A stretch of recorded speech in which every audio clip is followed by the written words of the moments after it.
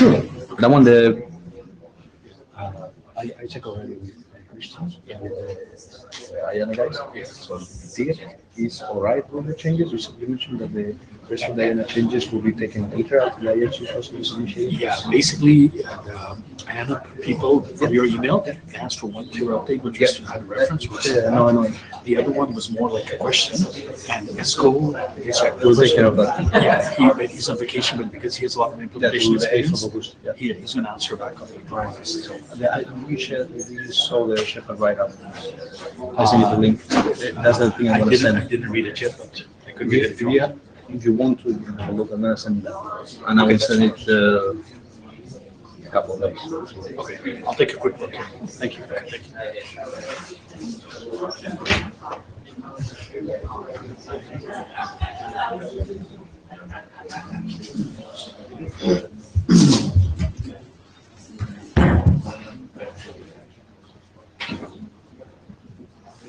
Okay, good afternoon. This is the second slot of the core working group.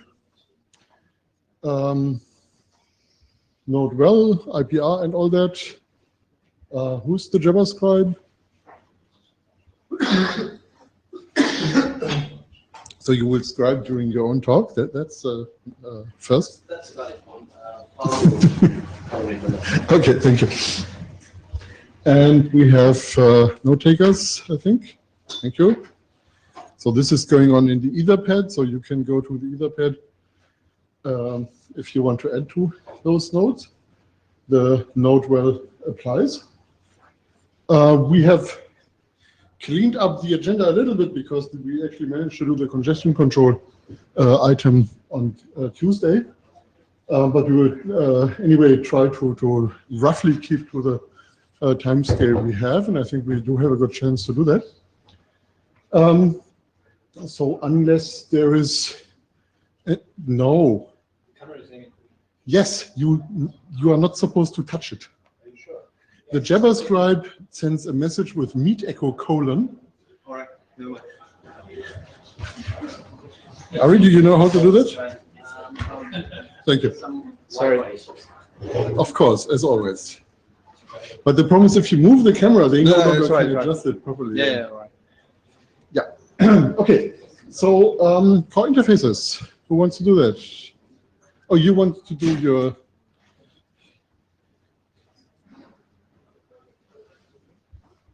This is Akbar. Just wanted to summarize because my co-authors asked me to just summarize the updates on the HTTP co-op mapping. So basically, Christian gave a lot of good comments. Thank you very much. And he even helped update the text. So it was basically problems with some of the examples that didn't follow the URI template. So those have been fixed. And I think Christian double checked it. Sorry. And also Hammy gave the the IANA pre-review. He started that. And we've done the clear update, which was to add the reference. And then I think there's some discussion that has to be done, but Esco will do it when he's back from vacation. So in general, we think it's updated. Thank you also for guiding us, Jaime. So I just want to give a short update of that and thank Christian again. Which of the two Christians do you look at? Okay. Sorry, is that Christian? Sorry, I wasn't clear.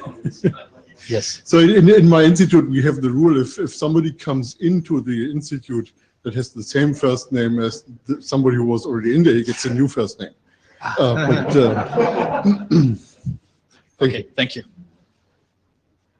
Okay, now the other Christian and Michael will tell us about core interfaces. Who of you wants to take the driving seat?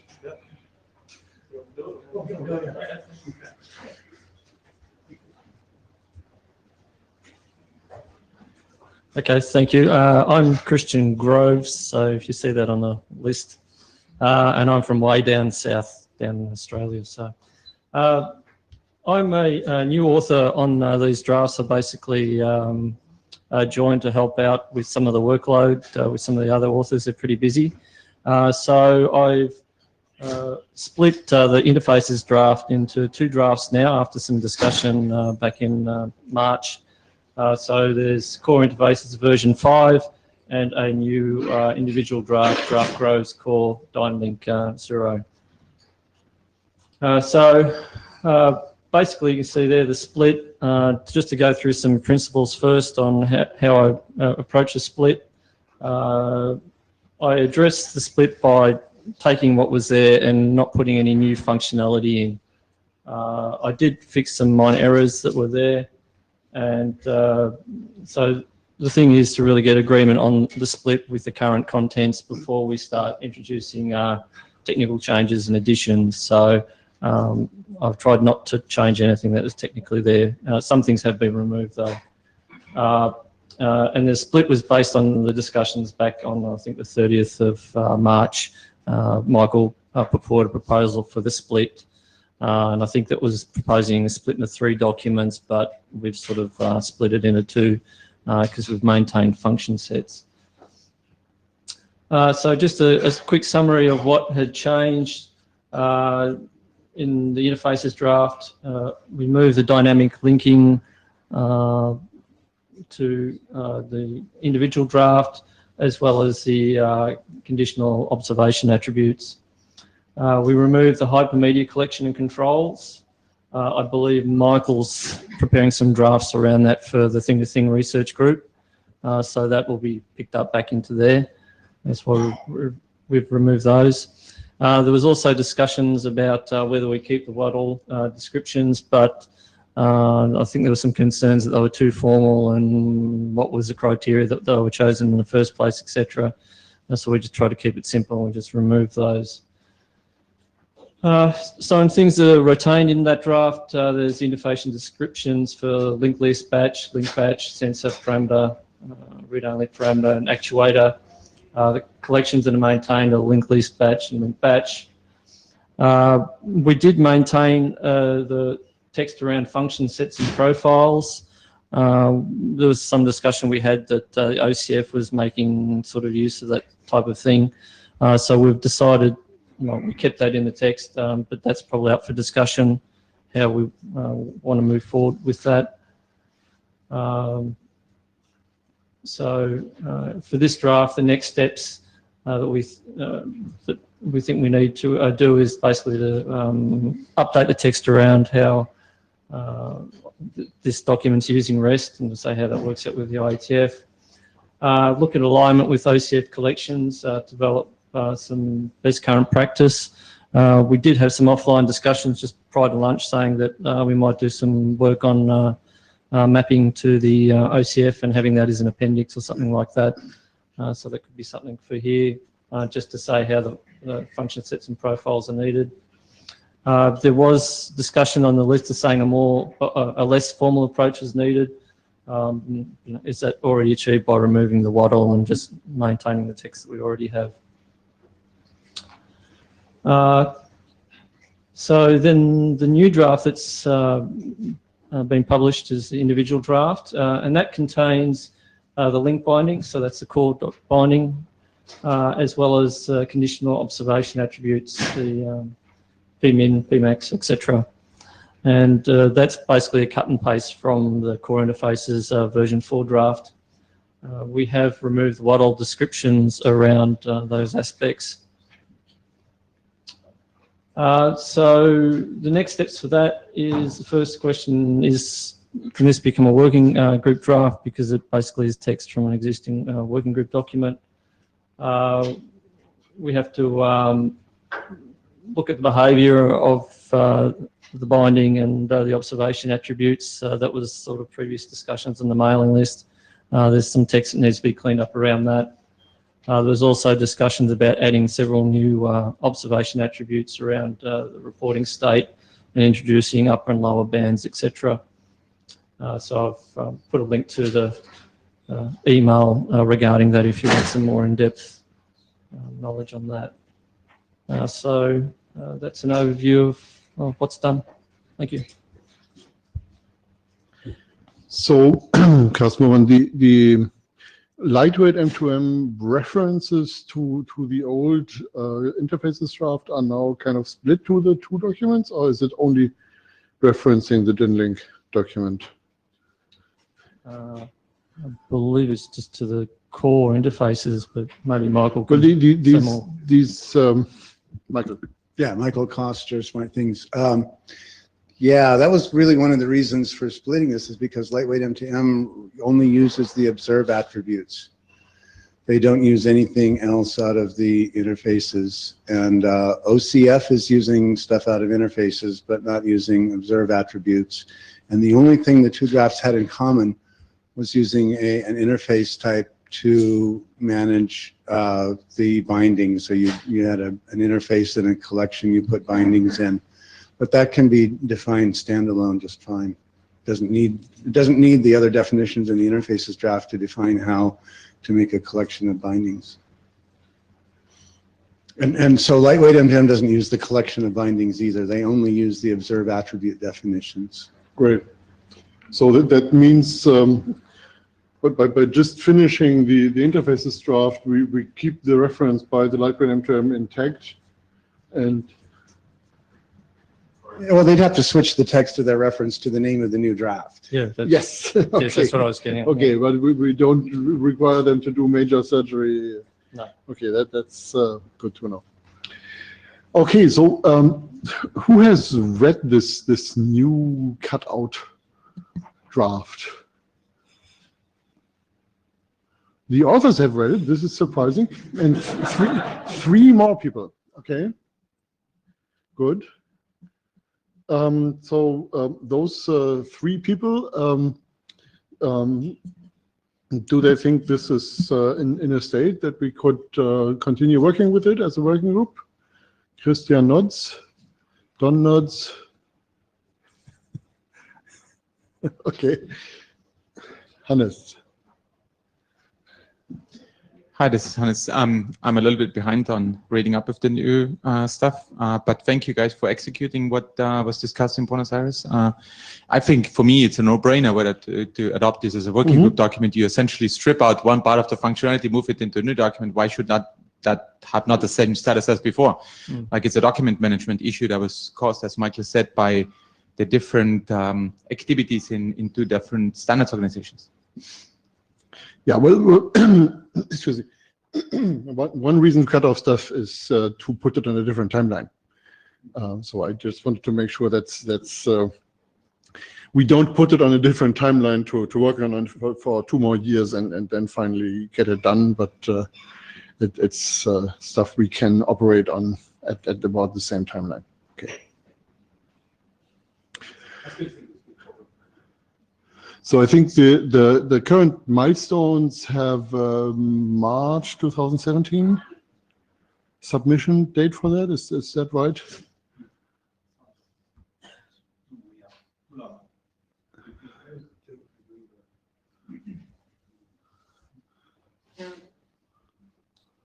So one of the things, so I think this it should be finished much earlier because previously it had content in there which was somewhat researchy in nature, and that got removed. And so since we don't have to deal with those aspects anymore, and the other things have been already implemented and deployed, so we're not like that's my sort of naive assessment.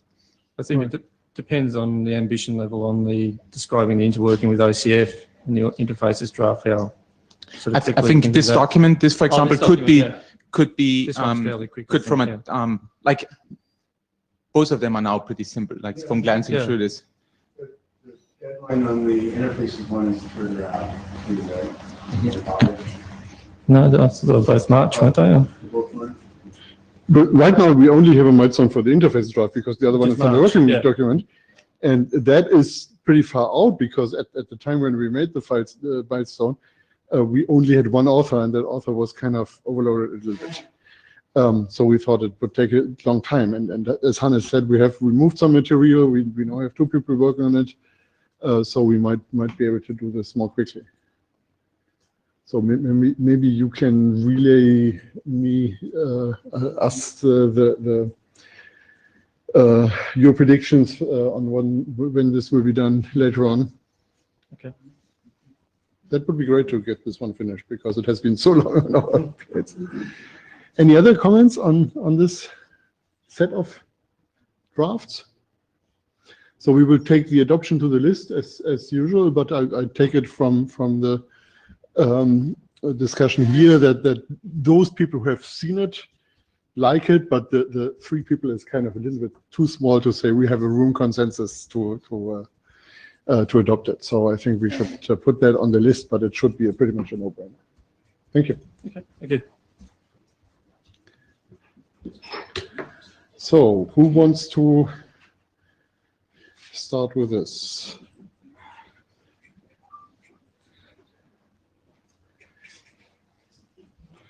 Thanks, Carsten. So, hello everyone. We have a couple of presentations following that treat network management. So these are the proposals that are cool and combined together.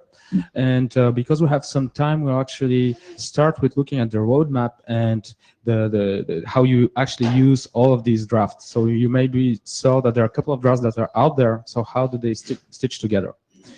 So to get back to the basics, basically, in the big world, you have netconf and restconf, and you have these big devices that manage these other big devices. So the server is your router or your networking devices, and the client is your management your management software.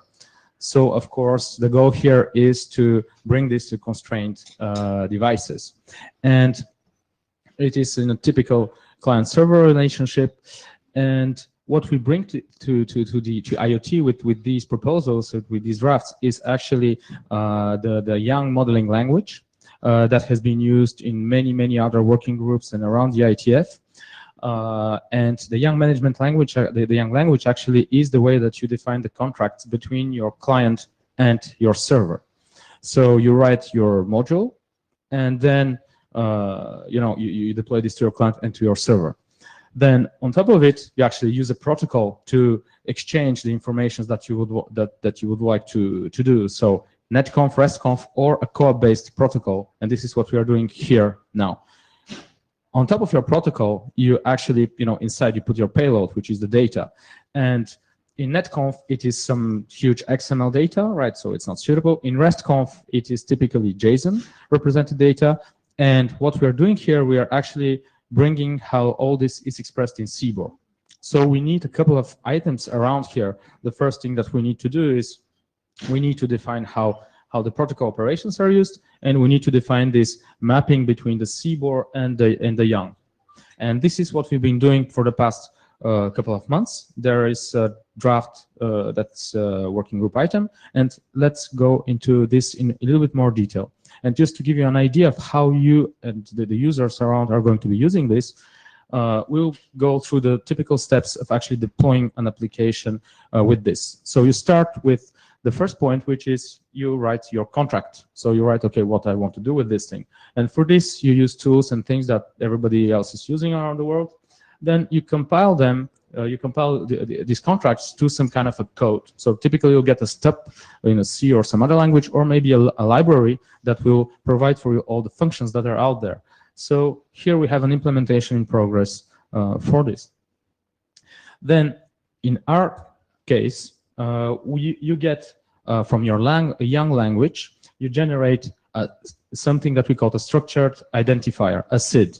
So this is necessary because in netconf and in restconf, you have these very long identifiers. And if you start in some constrained networks, it takes just too much space. So what we do is we make a mapping between these identifiers and some integer numbers. And these are the SIDs. And so what you get is you take your module and you generate your SID mapping. And this you do with a tool. So there is a tool existing that is a plugin to Pyong. Pyong is a Python open source tool that's used very widely in the Young community. So it's out there, and you just generate this file. And then, of course, you deploy your code on your client and on your server. So then how does the life cycle of this thing goes? Well, the first thing is that your client discovers in some way your server, and then you go to well-known core. You discover the entry point of the Kamai of the Kamai server.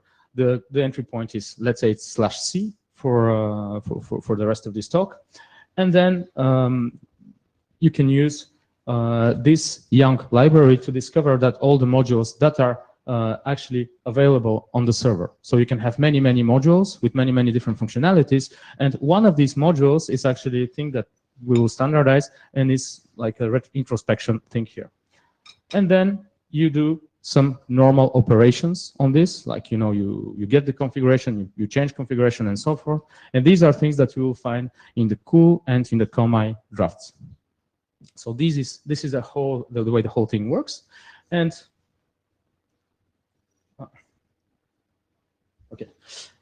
And so just to get a really concrete and really specific example, so let's say that your code, you want to read the UDP port of something that's running on your server. So typically you have a function here that actually returns the UDP code, and something on the code in the client that will say, okay, I want to get this thing over here. So this is something that has been defined in a YANG module, and this function, so your application will actually request the COMI library to say, okay, I want to get this variable. From this point, your client will actually do a mapping between this long URI and this identifier.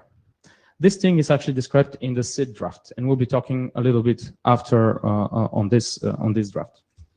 Then you get this identifier 1759, and you send like a co-op message, which is like a post or a patch or a fetch or a get. We'll talk about this. And inside you put this identifier, and the way you do this, it is written in this draft and in the COMI draft. This request comes to the server that is provided for you, and the server maps to the good function that is out there. So you basically then, the function returns the necessary port. The port, this value, which is an integer, is then transformed into a CBOR representation. This CBOR representation must match the one, the type definition that has been described in YANG here, and this is what this draft is telling, how are you going to do this mapping, and then you get the value in your code. So this is the way the whole cycle works, and these are the drafts that are actually on which we've been working on. This particular draft has been adopted as a working group item, and it's pretty advanced. And today we'll be talking a little bit about these two guys. So the roadmap of this work is, so we continue working on this encoding part. So it is a pretty standard thing. It has been done, so in the beginning, it was only specified for XML, and people decided, okay, it is really important to have this mapping to JSON, so people went and wrote a document with mapping that maps this thing to JSON. Right now, we're doing the same thing to CBOR, and we are advancing on this in this direction. We have some questions, of course, but mostly we have solved most of the problems, and we are advancing pretty well.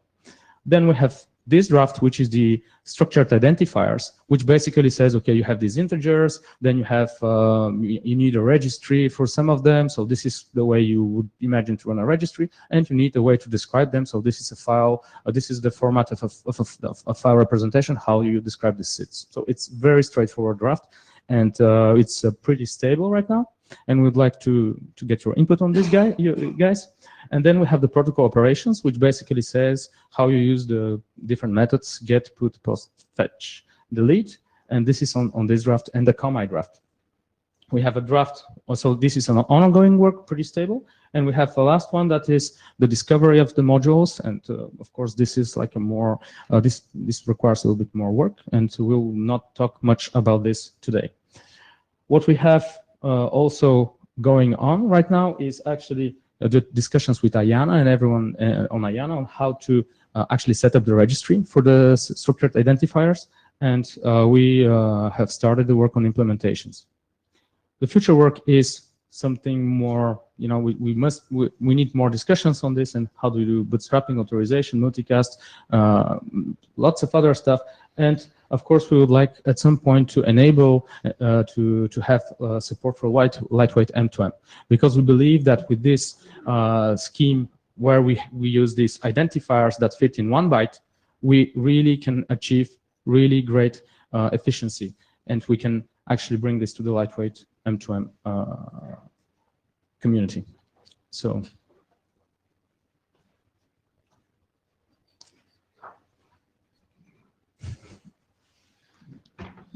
Zach Shelley from ARM. That's interesting. I'm not quite sure what it means. So do you have anything more concrete about what lightweight M support would be like? You mean like replacing the object model that's currently in there with Yang? Or the serialization? Maybe the serialization. Yeah, it's and, actually CenML. It's actually modeled off of CenML today. Okay. Just so you know. Yes. Actually, this is quite an open question for the moment. Okay. The thing is that we have this very, very efficient identifier encoding and very efficient delta encoding inside. So, and we really put a lot of thought into how you do all the fetch and the patch operations and all this stuff where you can do batch operations in a really efficient way. So the goal for us is we say, okay, lightweight M2M is doing a lot of things that are common to this. Mm-hmm. So at some point we can just sit around the table and say, okay, we do this abstraction and we just use the integers in the same, and we can reuse a lot of the code base and bring this to lightweight M2M. I don't have all the details, right? This is really like a thing. It's a good idea. No, I'm definitely not dissing the idea. You know, Michael and I both worked on that, and Hannes as well, for a long time. And getting alignment between these two things would be really powerful. They're really similar, right? It's an ID space with a flat resource model. Each has an ID, and then you serialize that all out to a kind of weird binary format that has to be updated. I don't know if that was fixed to CBOR already, or to CenML, which is JSON. Yeah. It's kind of similar. But yeah, it would have to go in some future version of lightweight M2M. It's different enough that it wouldn't be just like a little fix. So exactly. Version 2 or something. Thanks. Peter van der Stok, thanks for the presentations. See a few things which I... Speaking to the microphone, yes. Thanks. I'm Peter van der Stok. Good. There are some things I should want to mention as well, that we also have had these hashes, which may be useful in certain environments where you do not have this registry and you want to do all these operations and go back. So they may be very useful. They're a bit larger, but still independent from all this registry. And also the download of the numbers is not necessary. Secondly, the support for LWM2M. I'm very happy to say that also with James, we are hard working on that, and we think we're making good progress there. Yeah. And that also that there's another aspect which you didn't mention, that is the conformity with the SMI. So the old MIPS, so they're still there, and you also want to access them and not have a different interface again. Yeah. And how to do with CenML, I don't know. Yeah. Okay, thanks. I agree with this, and I will just point afterwards the way we are going to actually continue the work, and it is simplify, simplify, simplify, bring a very small base on top of which you can actually do all this stuff without changing the core. Yeah, Carsten, just to visualize the lower right corner of the slide, we now have machine-readable representations of a number of IPSO smart objects. And of course, the research question here is how do we do the model translation from there to a way that makes this useful in Yang. And this is a bit difficult because Yang really was done for management, and some of the IPSO smart objects describe things that cannot be described with a management data type. So there is a little bit work to be done there, but I would venture the guess we can make it.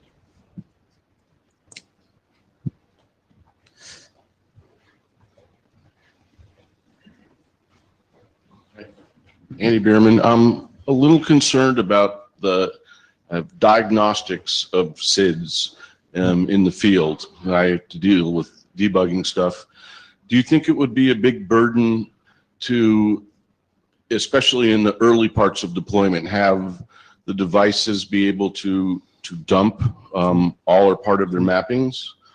I think that would really help. Maybe there could be just a few anchor points that really need to be, you know, in a diagnostic mode, or even to go into a different encoding, not using the SIDS, because I think if the SIDS are encoded wrong, it'd be really hard to figure out what's going wrong.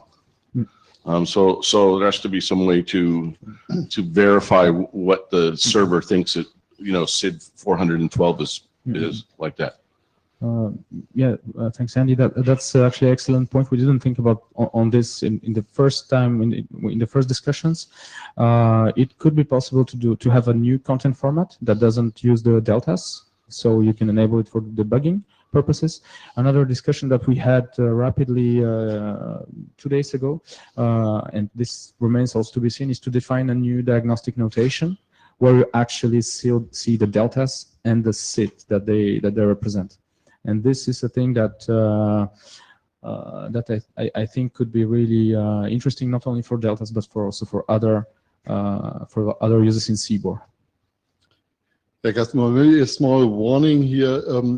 Putting in a second format to enable debugging always leads to new interoperability problems. We learned this in 6LoWPAN, where we have an uncompressed format and a compressed format. And when we did our first 6LoWPAN interop, we actually found out that we had fewer problems in the compressed format than in the uncompressed format, because nobody had ever really tested that. So I think tool support is really a challenge here, and we have to get that right. But maybe doing another format is not so good. Okay. Thanks. Okay, so on with the next present. Okay, so we had a couple of questions. I just before asking this question, I'd like to ask if you have read how many of you have read the cool draft? Oh, okay. Well, surprisingly many people, actually. So one of the questions is that right now in the cool draft, we have this quite advanced use of all these types of configurations and data stores. So things that we typically see in netconf. So you have transactions, you can roll back to some past configurations, you can do all these kinds of stuff. And what we are getting the feeling and some feedback is that it could be useful to split actually this part, to get it out of here and to have a very clean basic interface and get this more advanced stuff like in a second draft that will actually specify how you do it using the basic format. So basically this will remove for the moment the possibility to do transactions and things like this, but pretty soon we will, we can add it. So if you have any opinion on this.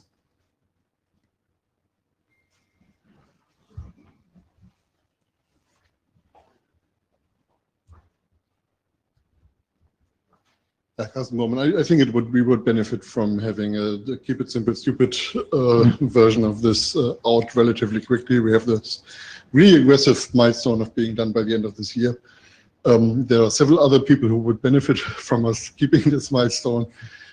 So I think factoring this out into a second draft that has a longer timeline would help. Okay, thanks. Peter van der Stok. Yeah, good. Yeah, I agree splitting it out. I don't see very small devices, thousands of them doing a commit with all the code that it involves. So splitting it out and not having it there. No one is actually tempted to use it. You never know. Huh? So that I agree. Fine. Thank you. Okay, so we split it out. And anyway, it's really it's very easy to implement this functionality if you actually have devices that are a little bit more less constrained, let's say, but you are running on a very constrained network. So this could be a useful feature there. Okay, so thank you very much. As you see, this is the design team that actually has been meeting for every week since the last IETF. And this is why we managed to actually advance so much. So I'd like to thank everyone. It's just that I'm the one presenting for them.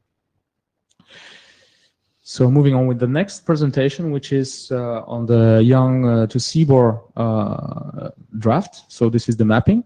And here again, we will start with, so what is the goal? The goal is so you have the data model. And once you have the data model, what goes in the air actually? Right. If you say I have some data, some leaf that is of type int32, what actually goes over the air. And the same thing has been done for JSON, so we are in line with the normal practice at the IETF. So this is the encoding of the basic elements that exist in Yang. So you have a leaf, which is basically the fundamental data item that you have, and on the next slide you will see exactly the full mapping of all the types of leaves. Then you have a container. In the container, you actually put other stuff, like you put other leaves, you can put other containers, you can put lists, and so forth. So it's pretty expressive thing, and we map this as a CBOR map, where the key is the name of the element, and the value is the corresponding value. You have a leaf list, which is a list of data items, if you want, and this is a CBOR array of CBOR stuff, of CBOR stuff that you will see on the next slide. Then you have a list, which is a CBOR array of CBOR maps. Any data, which is basically any type of that can be expressed in Yang, and any XML, which is basically the stuff that people say, okay, when we don't know what to say, we just put this and we can send whatever we want, right? Yang is particularly rich, and this is one of the difficulties, right, to mapping it to CBOR. So the next slide. And so here you see the mapping of all data types that you can find in Yang and their CBOR equivalent. So as you can see, you have all these type of uint, the unsigned integers, and they simply map to CBOR unsigned integer. So what does this mean for a client and a server? A client application looks at the contract and sees, okay, this leaf is of type unsigned integer over 16 bits. Okay, so I send some value, and the encoder will actually send this as a CBOR unsigned int. It gets to the server receives this, looks at the type of associated leaf, and sees, okay, this is supposed to be an unsigned integer over 16 bits. So it does the conversion on the other way around. So over the air, you have something pretty simple, and you get all the expressiveness and the strong typedness, I don't know how to say this, of Yang. And this works really great with some minor. Okay, I'll go back to this, but let's say that here one of the things that is causing us a little some problems is the union type, because in a union you basically can say, okay, I have this thing, and inside I can have a leaf of type integer, a leaf of type or, a leaf of type decimal, or a leaf of type uint16, or a leaf of type uint32. So when we get to the serialization, we map this thing to unsigned integer. But on the other side, we are not sure what is it, right? Because we receive an integer, and the union said, well, it could be a decimal, or it could be a unsigned integer 16 or 32. And so this is one of the problems that we're having right now. But let's get back to our representation here. So how do we represent these elements? Well, we use what we are calling delta encoding.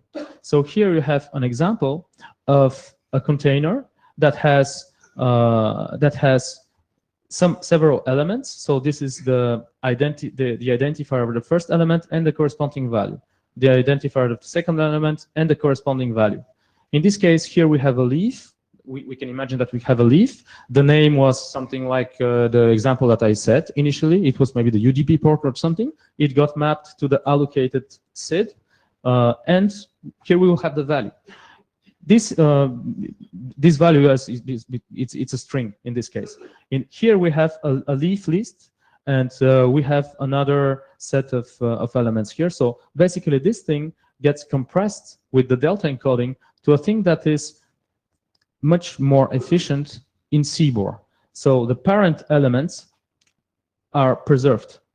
So here, because the initial element is 0, I mean, it is implicit, well, we have that it is 5,243. On the next one, the same thing, but here it is considered as the parent element of all things that are inside. So the identities, so the SIDs of these elements is actually going to be sent over the air as a delta representation between this element and the parent element. So here we'll send the value 1, but it will be interpreted as the value 5246. And this is really important because in CBOR, when you have values that are smaller than 23, they take only 1 byte. So you get all these very, very neat representations. So we have a couple of questions here, and I mean the first one is not a very easy one. It is basically, do we want to be efficient, or do we want to have be efficient in all cases, or do we say, okay, we'll be less efficient but we'll be strongly typed all the time? So the problem comes up most importantly with the decimal fractions. So our decimal fractions, we can just say, okay, I have the value 273.73. Okay, so yeah, 273.15. So because in my schema, in my Young model, I have specified that I have 2 decimal points here. I mean, I have 2 characters. I don't need to send any fraction. I can send an integer. I can send the integer 27,315 over the air. The recipient will see the schema and will see, oh, okay, I have a decimal point actually here. So we'll be able to reconstruct this. And this actually saves us 3 bytes in CBOR representation, because in CBOR you have the decimal type, but you need to add a tag to it, and it is an array, and you need, I mean, it takes 3 bytes just to express this thing that, okay, I have a decimal point.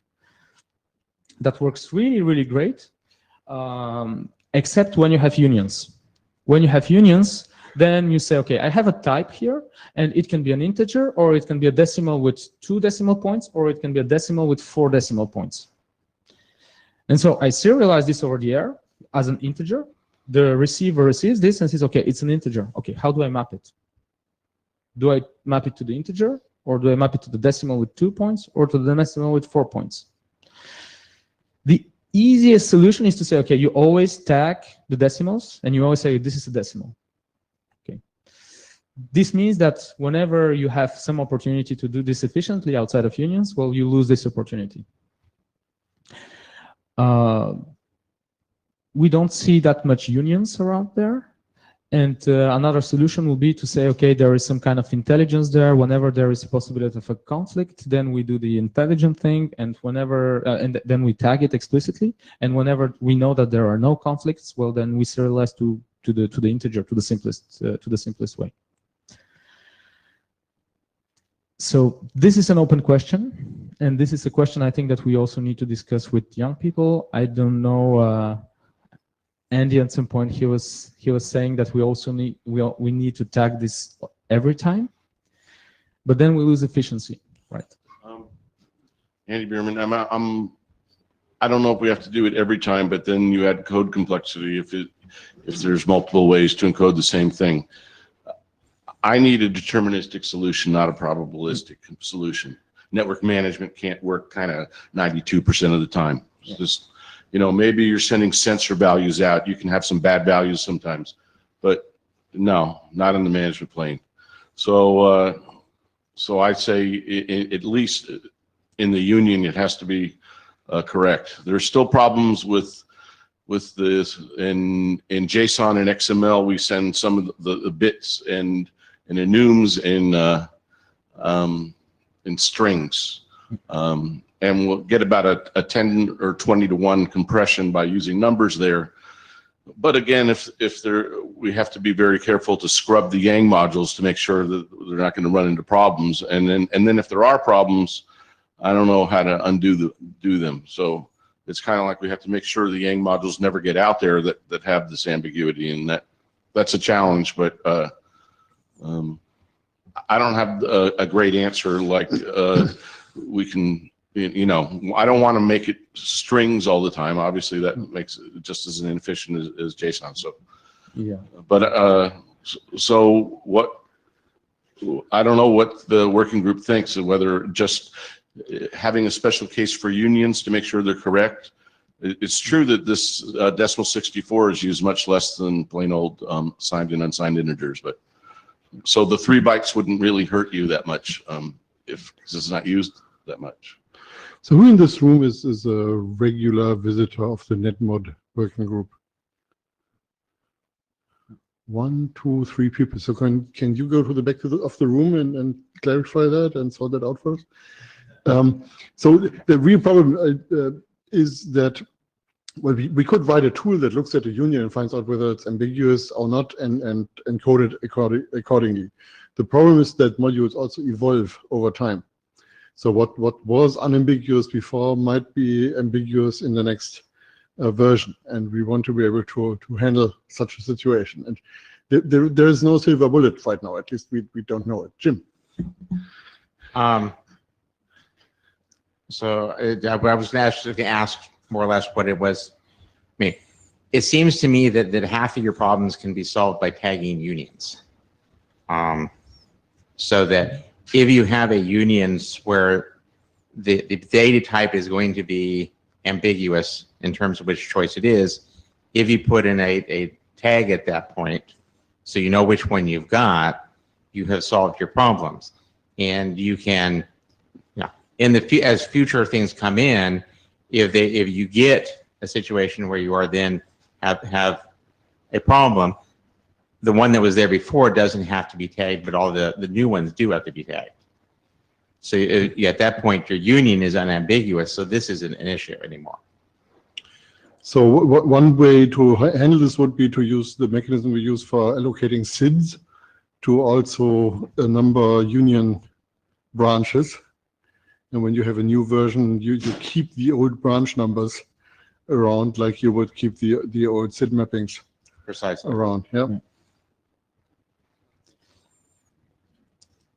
Okay, so this is a topic that at some point we need to see how do we do, and the discussions are continuing. And the second, okay, so there is, yeah. Dave Taylor, just one other consideration that doesn't necessarily answer the question, but also consider the use of debugging tools, things like a TCP dump. When I look at a sniff, can I tell exactly how to pretty print it or whatever? That's a consideration that would probably argue for the less efficient encoding actually being better for debugging purposes. And so that's the trade-off there. Do you want efficiency or do you want ease of debugging? Don't underestimate the value of simple debugging. Certainly not. Yep. Okay. So actually, one of the reasons why we are fighting a lot about this, we are really trying to squeeze every bite of this, is that the Yang thing was initially developed, right, designed for big networks, right? So people, they quite often they put strings and they say, okay, you'll figure it out, right? You see where the point is, and this will give you hints. And if we always choose this kind of a way, we end up with huge things getting over the network. So this is why we're asking these questions. So okay, I think that we'll get back to this on the mailing list. Second point, for the moment, we have two types of identifiers. So this is how you represent your leaf, how you identify your leaf or your containers or whatnot in the data. So for the moment, we have two types of representing this. The first one is the SID, so you have an integer over there, or the second one is the name itself. And this could be useful in some implementations if you don't have some identifier, or if you would like to use like a proxying over to something that doesn't speak SIDs. The string representation could be useful. And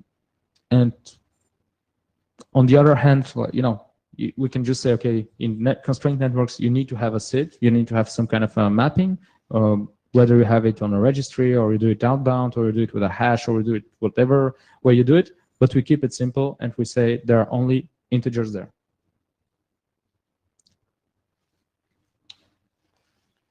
What does it mean to keep that? So let's say I have a Yang module with 50 things in it, like the 6-low pen mib translated to Yang. the string table for that is going to be larger than the whole implementation. Yeah. So what do you mean by keep? That you require every implementation to support both the string and the SID-based version, or? That we require that the protocol implementation actually can use it, but that for some cases you may use string identifiers in addition to the. Yeah, but then I need to keep those strings on my constraint device. Yeah, exactly.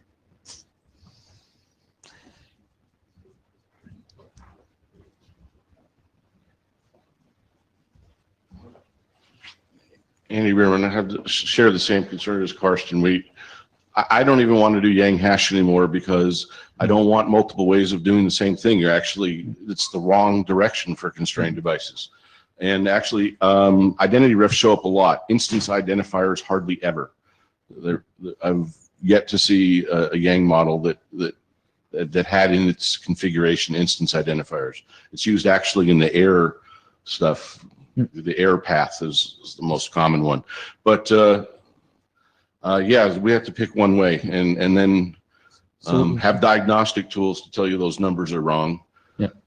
Okay. So we go on just go with the integer numbers. with the numbers. Yeah, Okay. and yeah, because those strings, nobody's making short module names either, especially in the IETF. They tend to be 20 characters long, just for the module name. Okay, thanks. So this one is there. And okay, this one here, I have no good solution for this.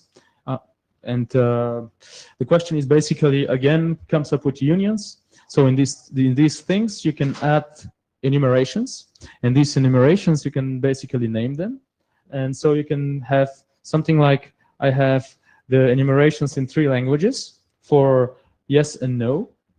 And the enumeration value for them is the same. So if I serialize it to 0, then I will, if I have a no, I will serialize it to 0. And on the other side, I will have difficulty knowing if it was a no, a none, or a 9. Right? In XML and in JSON, they just send the string. They send the no. So on the other side, we really know that it was a no, and that the receiver can map this to the value of 0, which is the only thing that actually is important to it. But if we optimize this, right, if we just send the CBOR representation, the CBOR mapping to 0, then the receiver cannot know if it was a no, if it was a none, or if it was a 9. And the question is, do we care, right? Because enumerations are fundamentally numbers, like from 0 to something. And do we try to stick to this no 9? I mean, do we default to sending a string, which is right? A lot of times people just say default, and default is mapped to 0. So whenever you have a default value, then you're going to send the string default. So this is a question. Maybe I think that we can discuss this afterwards. But I just wanted to get you. So these are the biggest issues that we have now. Everything else has been solved, and these are the only remaining questions that are out there, right? And I think that we need to talk more about also to netmod guys, and to get the feeling of, will this upset them too much if we just send a 0? So yeah. So my summary as an observer of this process is we are about 96% there, but the 4% turn out to be hard. And hacks like using the SID process to actually produce numbers for the branches may be required to get those last 4%. They may not actually turn up in a real world specification, but the language at least allows it to happen. And we found a few. There is a collection of Yang modules you can look at. We found a few Yang modules that actually would be problematic without those branch numbers. Okay. So thank you. Thank again the people that worked on this. And just quickly, you are 10 minutes over schedule. So just quickly, the further schedule. When are we done with this? When are we done with this? I think that we should only talk a little bit more to the netmod people, and if they agree, we can be done in November. I mean, for South Korea. Mm-hmm. Okay. I mean, they're August, right? You know, people take So vacation. one question would be, is there maybe a point in time where we say, okay, we think we've got it. This is our implementation draft. Please go ahead, everyone, and implement it like that. And I'd rather have that before November. Okay. Peter van der Stok, I have one point still, that is the representation of list elements which have a key in it. For the moment, you don't see the key in the things that's transported. If you want to add something in the content format, which actually shows that it is an add or a replace, then you should like to make that visible actually in the format. And that is still the one point which we have not come to a conclusion. Okay. Good point. I think we discussed a little bit this on a mailing list and maybe we can continue about this. Karsten, about your question, I think that a reasonable time frame would be end of September. I mean, just to have some time to actually get feedback on the unions and feedback on the enumerations. And right now that you're all aware of the problems, you can also pitch in on the mailing list, right? To say, okay, this is a thing we consider it should really work 100% of the time. So send strings, or or something else. So who in this room has an implementation or plans to have an implementation of this?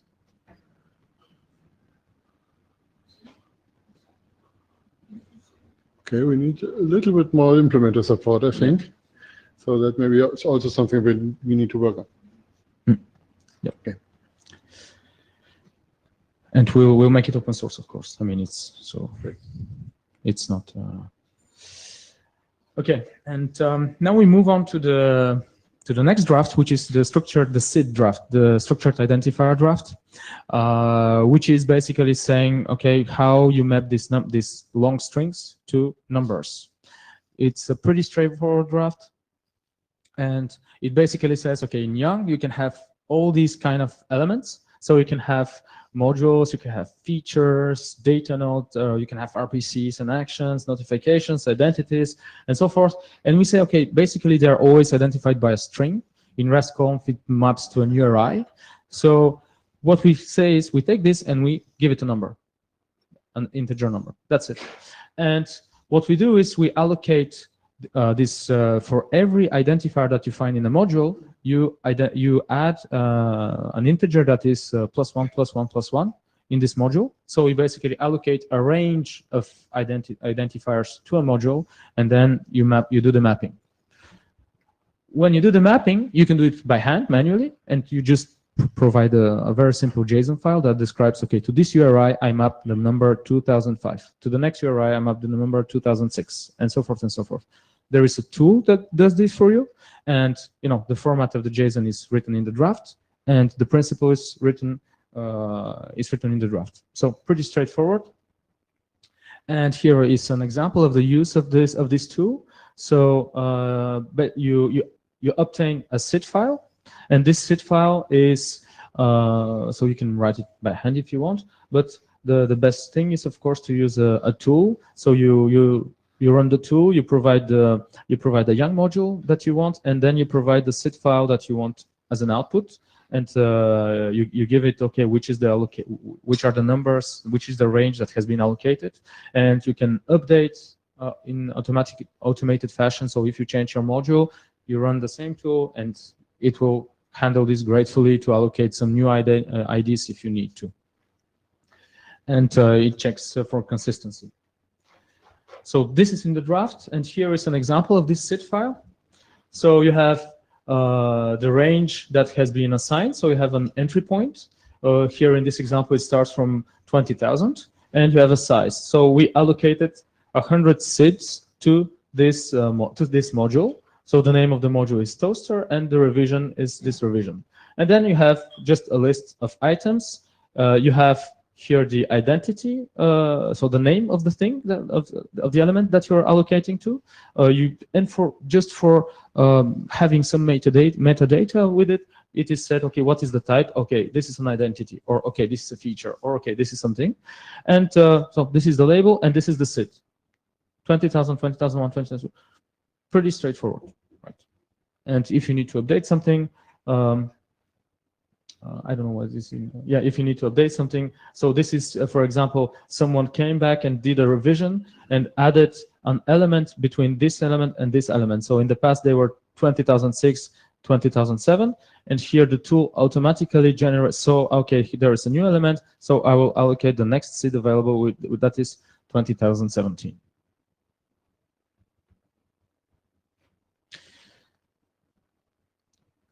The thing is that we need a registry to do this in a scalable way and in a way that we have seeds that are stable among revisions and among implementations. And what we're proposing is to have this two-step registration process. So it is what we propose is to have so this is a proposal and this is still to be worked on. It is outside of the draft, and this is the things that we imagine will work. In the draft, we say, okay, we just need a registry, right? We need someone to make sure that the seeds that have been, the range that has been given does not collide with anyone else. So the thing that we think could work, and we really believe in this, is IANA allocates ranges, so big blocks of seeds, and gives these big blocks to SDOs. So Zigbee, they may want to use this, and they come and IANA says, okay, take this million seeds, right? And then it is up to Zigbee to allocate the blocks to the young modules that they will produce. All RFCs that come from the IETF and that are published get automatically allocated seeds by IANA, or we have a process like this. And we can also have distributed registry where people can just, people that don't belong to Zigbee or don't belong to an SDO or something, they want to prototype their thing, or they want to deploy their thing, they can go and acquire ranges for their modules. And this is, of course, things that we need to discuss with IANA, because we want to avoid problems where a person comes and allocates all seeds, just say, okay, I have a module with one element and I want 4 billion seeds, right? So this is a thing that we want to avoid, and this is a thing that we should work on. And we all know that 32-bit identifiers are enough for the entire world. So. Yeah, exactly. And just one point, seeds are encoded as CBOR integer. This means that they scale really nicely. I mean, if we have at Sunday more than 32 bits, it will just go to the 64-bit integer value. And we have delta encoding, so it will be just the first, and then the deltas are 1, 1, 1, 1, 1, 1. Yeah, sorry, Dave. Just a question. I don't know that this is necessarily a suggestion. Have you considered using an OID subtree rather than creating a new registry? Yeah, I mean, that'd be the analogy to sort of how the lib stuff works, is they use integers and stuff over there, right? I think probably the most natural mapping was say, well, just carve out a particular OID subtree and say, within this prefix, right, all the rest is the SID stuff that you're talking about. I think that's an interesting suggestion. So I think we should follow up on that. Thanks. So this is a question here to the group.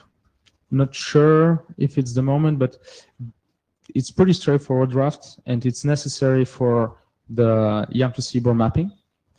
So is it ready for group adoption so that we can get more eyeballs and, just... So who has read a version of the draft? This hasn't moved very much from the initial version.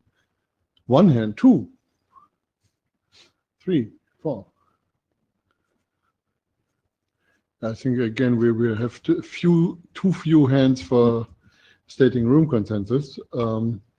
Andy? Andrew wants to say that this is actually quite interesting outside of constrained devices. We're doing something in NetConf called Yang Push, and there's a lot of interest in getting telemetry off of routers very quickly and efficiently.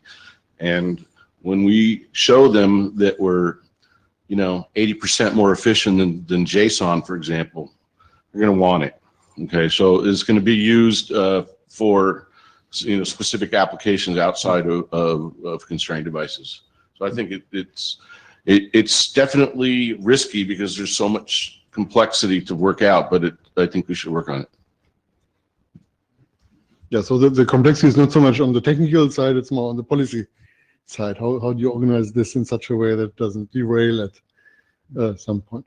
So yeah, that reminds me that I should mention all those Yang dash something things we are doing here. Of course, at the end we will have when we working group last call, then we will of course involve the appropriate working groups to do that, and we have some people doing shuttle diplomacy between the two working groups. So we should be safe with that.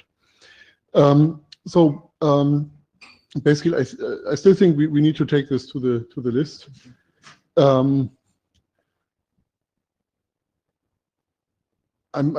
not hearing anyone saying that we shouldn't do this. Is that the correct perception? Okay. Good. You have minus 20 seconds for the last item. Minus 20 seconds. Okay. Yes. So that will be fun. This is basically how do we use co-op to push all these seaboard things around. And this is one side of the story. This is the side that shows how you use fetch and patch to achieve all these, right? To configure your parameters, to get them out of your data store, and all this. So the basic operations are: you have this basic entry point that is /c. If you do a get/c, you get the entire configuration of your device, which is pretty useful for configuration backup. If you do put/c, then you actually restore you push the entire configuration. So you can do a restore, or you could do provisioning with this. And then you use fetch and fetch to retrieve specific data nodes, specific data items, and patch to update specific data nodes. Post for more complex operations that in Yang you have the RPCs and actions. So this is what we use for this. And you also have notifications that are that you can use with get. So everything is actually pretty straightforward now, and we're working together with the Commai guys to actually bring the Commai guys. We are the Commai and Cool guys, and we're actually bringing the whole thing together right now, stitching the things. We have the fetch and the patch behavior, and then we'll have additional behavior of how you treat everything as URI. And for the moment, what we have introduced is defaults handling. So how not to send default values when they are in your schema. You don't need to send the default value, right? So we can just say, okay, if the client requests 5 elements and they're all in their default values, maybe you don't send them over the air. And there is a parameter to say, okay, send me the default parameters, the default values, even if they are default values. Right, and this is the way it is done in RESTconf. So we are completely consistent with this. The way we do observe, well, we have there is observe. So the thing that you can do is, so you do fetch/c, and then you specify. Okay, so in fetch you specify the content format, and you specify the things that you would like to observe. So you enable the observe, you add the observe option, and here you have an instance identifier that says, okay, to this SID, so this is a list, find the entry that has this value and send me this value. And to this, actually, if you can please add me this information also. So then you will have push notifications, you have observe values that will give you the value that you were looking at, that is actually going to be changing. And to this, you can attach some other value that you're interested in, and that it's not maybe the one that is changing, but it is the thing that will say, okay, this is the host name, and it's actually, this is the value that changed over it. So that's observe. One of the questions that we actually had, and this is a really interesting design question, is, okay, we're doing this, you're sending your fetch, and in it you can send some SIDs that will tell you which data items you want back. And then you have a result. Okay, when you send a patch, you need to provide a list of SID and the value, SID value, SID value, SID value, so that you instruct the server what to do. And so these are basically different content types. One of them is straightforward value.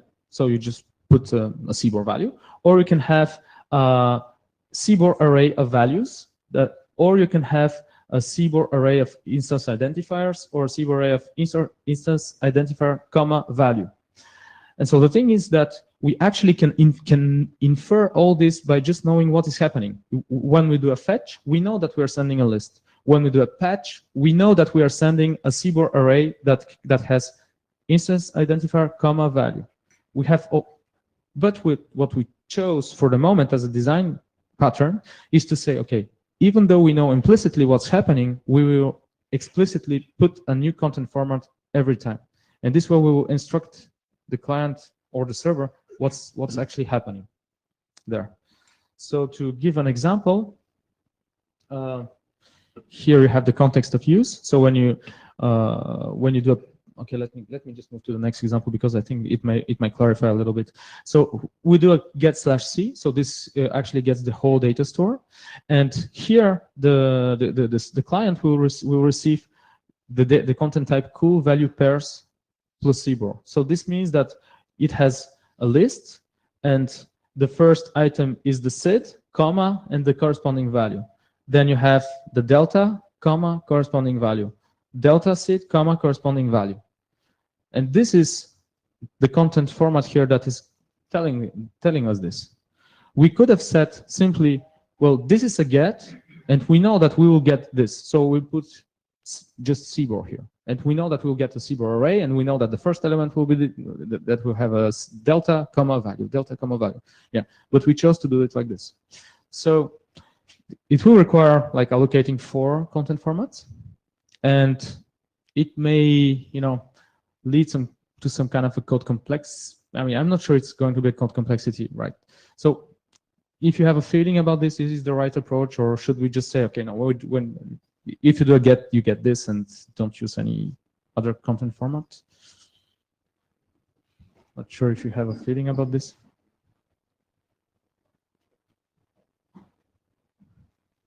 Carsten Bormann, the answer is yes. Yes. This is the right way to do it. Yes. Okay, so what you're seeing here is the example of, okay, I have I get the whole configuration. So this is the interface actually, and it has been mapped to SID 1533, and the corresponding value here is so I have the description, that's name, description, type, and if it's enabled or not. So ETH0, Ethernet adapter. This is the SID that actually corresponds to, so this is a reference that says that this is an Ethernet system SID, and if it's enabled or not. This is the clock with 2 elements inside. So this is the boot date time and current date time, and so forth and so forth. Yeah. This is from Jabber. Randy Turner is commenting that you mentioned the use of co-op block in these large GET requests. Yeah, wow. Yeah. If you have a large GET request, of course you have a code block. So this way, you can just obtain the whole configuration, and it's the way co-op works. Right? So yeah, and you have a fetch. So you have a way to do selectors, and one of the optimizations that we say is, okay, in some cases, if you have a single value, well, the application just, says there is a single value that corresponds to this thing, and this is the value. Pretty straightforward. And yeah, well, yes, we got our answer here. And one of the things actually that we did as an optimization was that when you do a fetch, you basically know what to expect. Because you say, okay, I want these 5 things.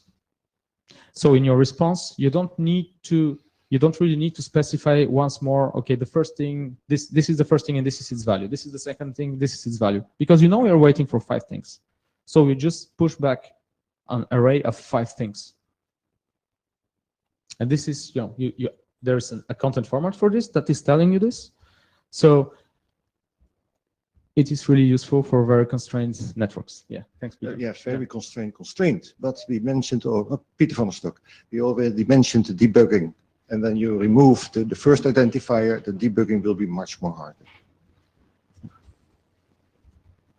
Yeah, Michael Koster, Smart Things. In this example, does your fetch have an accept option that specifies the content format it expects to have returned? You see, fetch includes a content format Yeah. option to specify the payload that you're sending. Does it also include an accept option to, I'm assuming it does. Yeah. Well, that's not needed, but Yeah.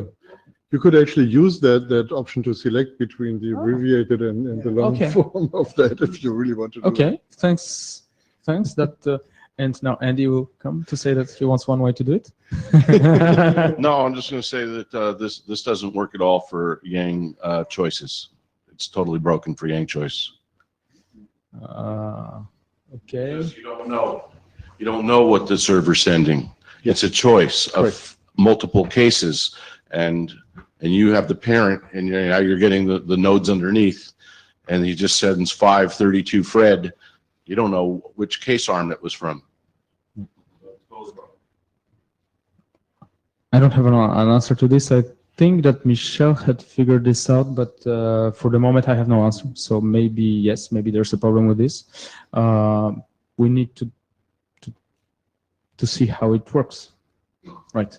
But on most cases, the trouble with this is that you can have strings in. So this is like an instance identifier. You have the SID. If it were only for SIDs, I would have absolutely no problems every time putting the SIDs in the response.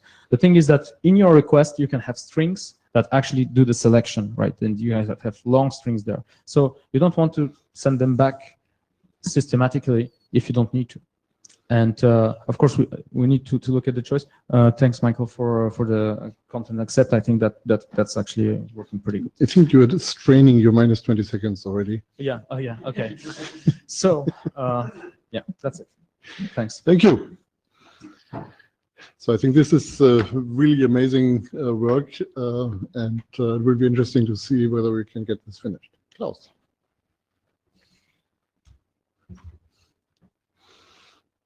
So the part that we are looking at right now, the security part, contains of two documents, a requirements document and a solution document. And the great thing is we are almost done with the solution document, and we are working on the requirements. So I think this is a good way to do this instead of doing this in sequence. I mean, we might find new requirements while we complete the requirements document, but it's good to know that we already have a solution that looks good. Actually, there are multiple solutions, some published, some not yet published, and what's missing for them all is what problem are we trying to solve. So I want to give a quick update on the requirements draft, and the quick context is when you use detail as the co-op, you get hop-by-hop security at the application layer.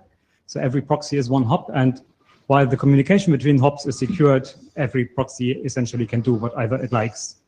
And when we talk about end-to-end security, we mean that the two ends, the client and the server, are interacting with each other in a secured way through proxies, but the proxies do not have full unlimited power over the messages.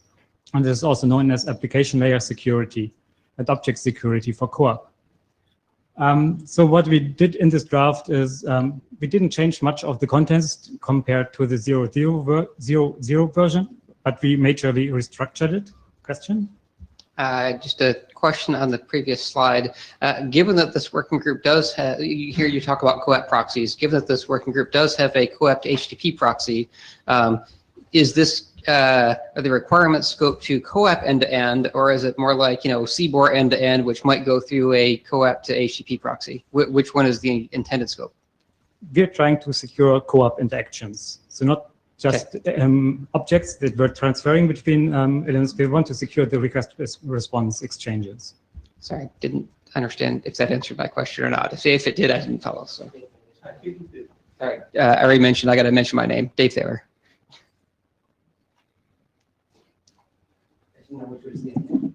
I'm not sure I understood the question, but you're asking about co-op and HTTP proxy, and that's not covered. That type of proxy is not included in this document. That's okay. It's just that when that's true, it's not end-to-end per se. It's end to the middle, if you will. And that might be perfectly fine for this document. I was just asking what the intended scoping was. So Göran Selander. So this is end-to-end between a co-op client and a co-op server. Right, and there are multiple proxies which are not yet covered in this document, or maybe will never be covered, but the translation proxy is currently not included.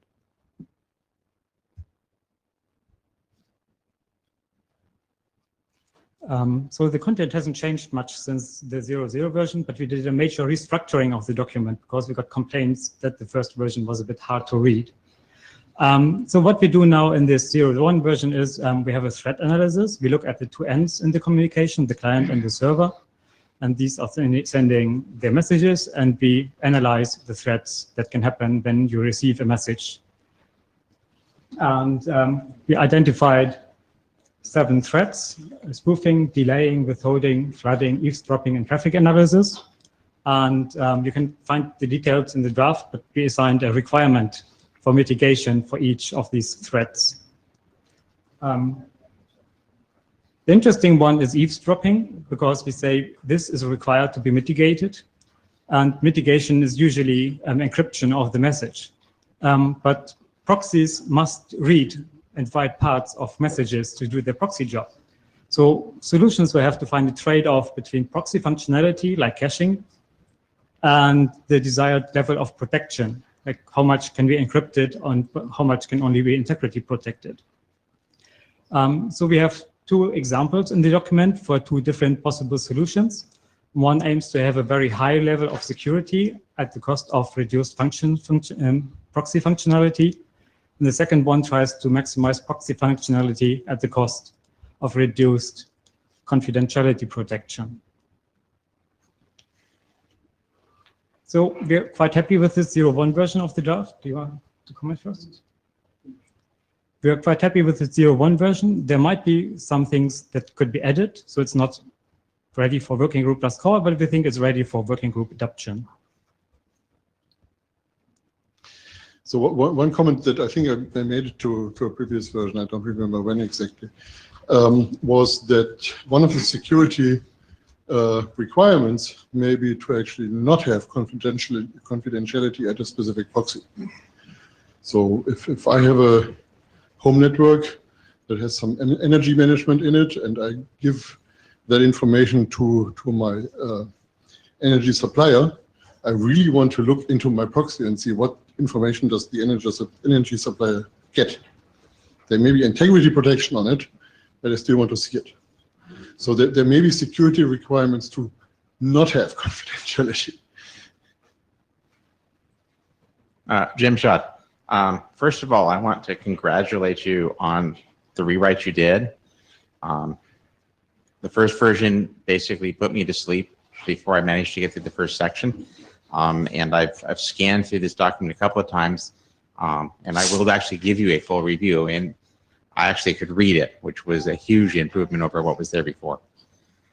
I want to reiterate part of what Karsten said, which is there are some situations that we may need to talk about where proxies become trusted entities, and we probably need to call some of those out as in particular ways. I don't know how much BERT can and can't go through some of these. In some cases, it may be that you need to have a trusted proxy for some of the BERT stuff. Also, for some of the publish subscribe model stuff, you may need to have trusted proxies.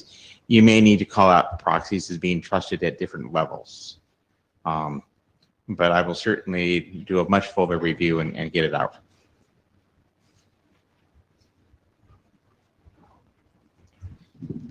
Francesca here. It would be great if you could formulate this in an email and send it to the mailing list so that we understand the scenarios where this would be useful.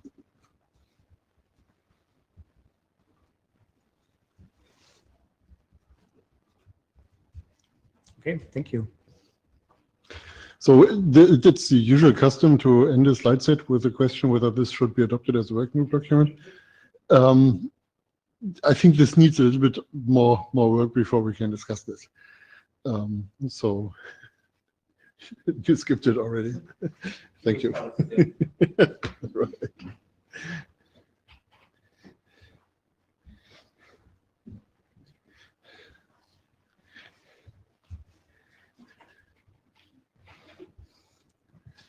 So this is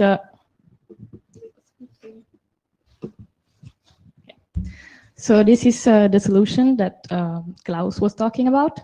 So this is the one solution that is published, and it takes it's the solution to the forwarding case that Klaus mentioned. Okay. So for those of you who don't know what OSCOAP is, who have not read the draft, OSCOAP defines a method for in-layer security of co-op message exchanges using the COSI format. So this is independent of how co-op is transported and protects co-op end-to-end and can be used instead of DTLS.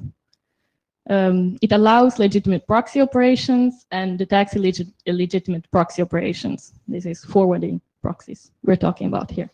Turn this around. Like this? Okay. So this slide is from last IETF meeting in Buenos Aires. This was the last slide. It was what's next. And we said these were the next steps to do. So include blockwise in the draft, consider co-op over TCP, progress the implementations, release as open source, and create a ACE profile based on OSCOAP. So I'm going to go through these steps and see what we have done. So we have included blockwise. The solution was described in -3 minutes, I think, last IETF. I'm not going to go into details, but you can read the backup slides or the draft or ask us. About OSCOAP over TCP, we have made this compliant with the draft co-op TCP TLS version 03. So this is still a work in progress, but we are planning to still be compliant with the draft. About the implementations, so the implementations are in progress. We have released one, which is the Java implementation of OSCOAP as open source. We have not managed to release the C implementation that is based on Erbium co-op in Contiki yet, but we're working on this, and we hope to have something before next IETF. And Ludwig presented this ACE profile based on OSCOAP and the ACE meeting. So this is also done.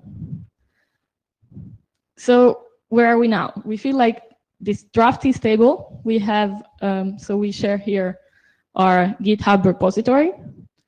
We have had positive feedback, and people are considering these for using 6TiSCH and secure multicast.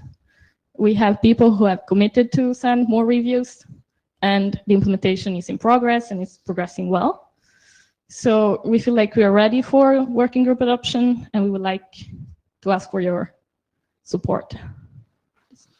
Can you disclose who has promised these additional reviews? So at least Sandeep promised to give some comments. You're on Zalander. At least Sandeep promised to give some comments before before this meeting, but he's been really busy, so I don't blame him. And yeah, I know that Jim will also provide some reviews. Mm-hmm. So who has read this document? Okay, about 10. On the chopper, Thomas Watanabe is also saying he can review, so he volunteers. Very good, thank you. So of those who have read the document, who think this is a good basis for the work that this working group wants to do in this space?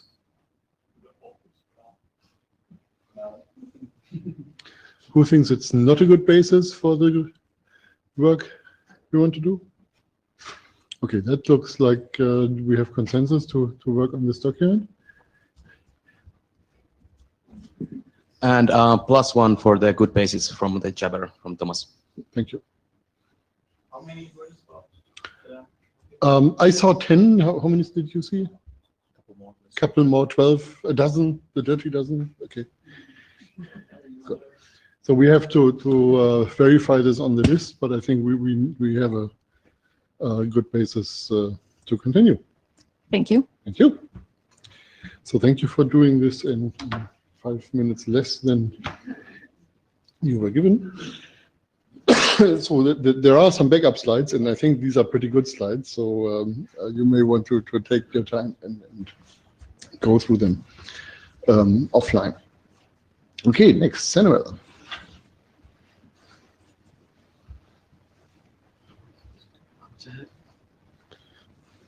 Minutes.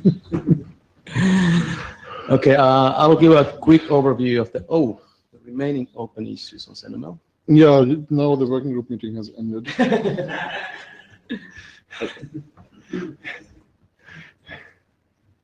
So where are we now? We had a bunch of updates since the last IETF. Lot of cleanup, various small things here and there. I won't go into details here for the lack of time. One key thing we still feel needs a bit more work is on the extensibility, and there was a whole bunch of emails at the email list just right before the meeting and some discussion around this. So one key point that we noted quite recently is that currently the draft text says that you need to have exactly one of the currently defined values in each CNML record. And when you have new values there, well, they would not be able to exist alone in a CNML record. And obviously, this doesn't work quite well for new extensions if we have new values defined by future drafts.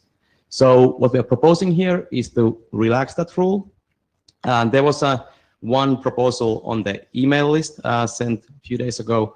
However, we noted there that that rule maybe wasn't enough. And what we're currently proposing is that you have at most value label in each record. What it used to say is that you have exactly one, but there are some use cases where we want to have that it wouldn't be a value label that is in some of the records, but it could be other kind of labels that are defined by some future documents or elsewhere. But now what we are proposing, there's at most, so it could be 0 or 1. And also this would be aligned with the style that if there are future records, you don't even know if they're value records. So it's only, let's say, a semantical change on the proposed text.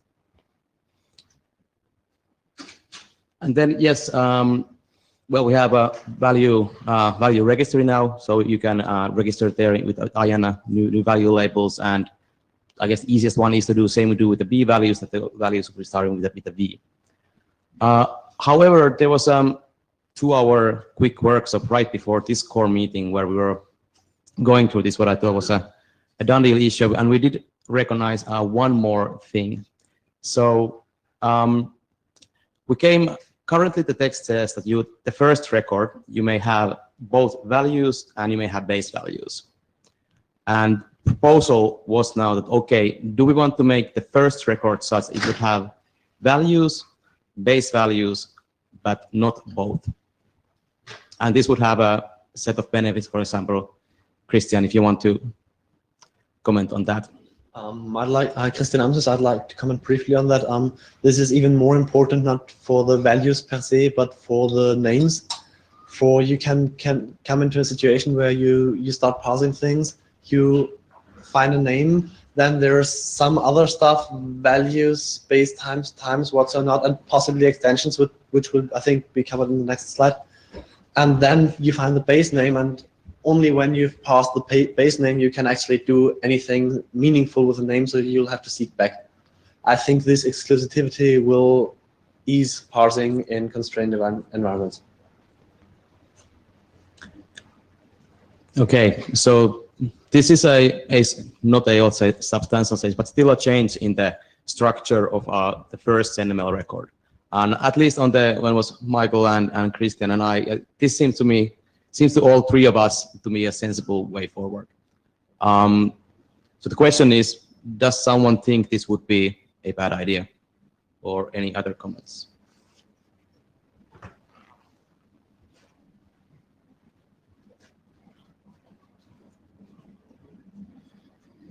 Well, I think this is about half the way to what I proposed in Yokohama.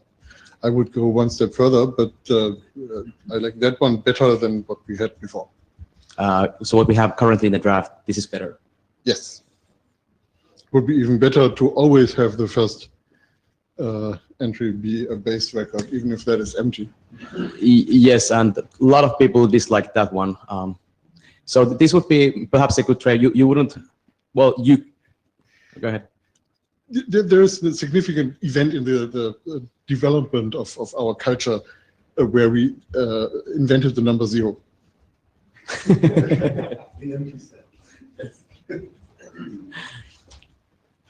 Okay, so I don't see anyone opposing this, so I guess we can declare we have a consensus on doing this hopefully final change on the structure of the cinema records.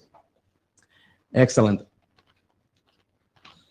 Then the next thing, this was also posted on the mailing list a couple of days ago. So there has been requests for being able to define metadata for cinema records. One key thing being that the name itself can only contain URI safe characters, so you cannot put there things like country names or even my last name because they wouldn't really comply. So there was a proposal on the list discussed that if you would have defined a new tag for this, being for example M for metadata. However, in our 2-hour session before this meeting, I think Michael and Krista got me convinced on the fact that, yeah, maybe it's better way to do this with, for example, some out-of-band mechanism, for example, web links. So this is kind of, both ways are doable. Do we have metadata inline in a cinema record, or do we have it as some external mechanism? The latter one would be easier. We don't have to define it in this document. We already say that web links can contain extra data. So this is something some people have occasionally requested. Could be useful feature, but currently I'm leaning for leaving it out actually. Christian Groves, just a question. So this metadata is similar to, for example, in the thing description name field. Is that what sort of the data that's being proposed, or yeah, the name field, that's a free text, right? It doesn't have pretty much describes what the attributes were. Yes, So that's what I was.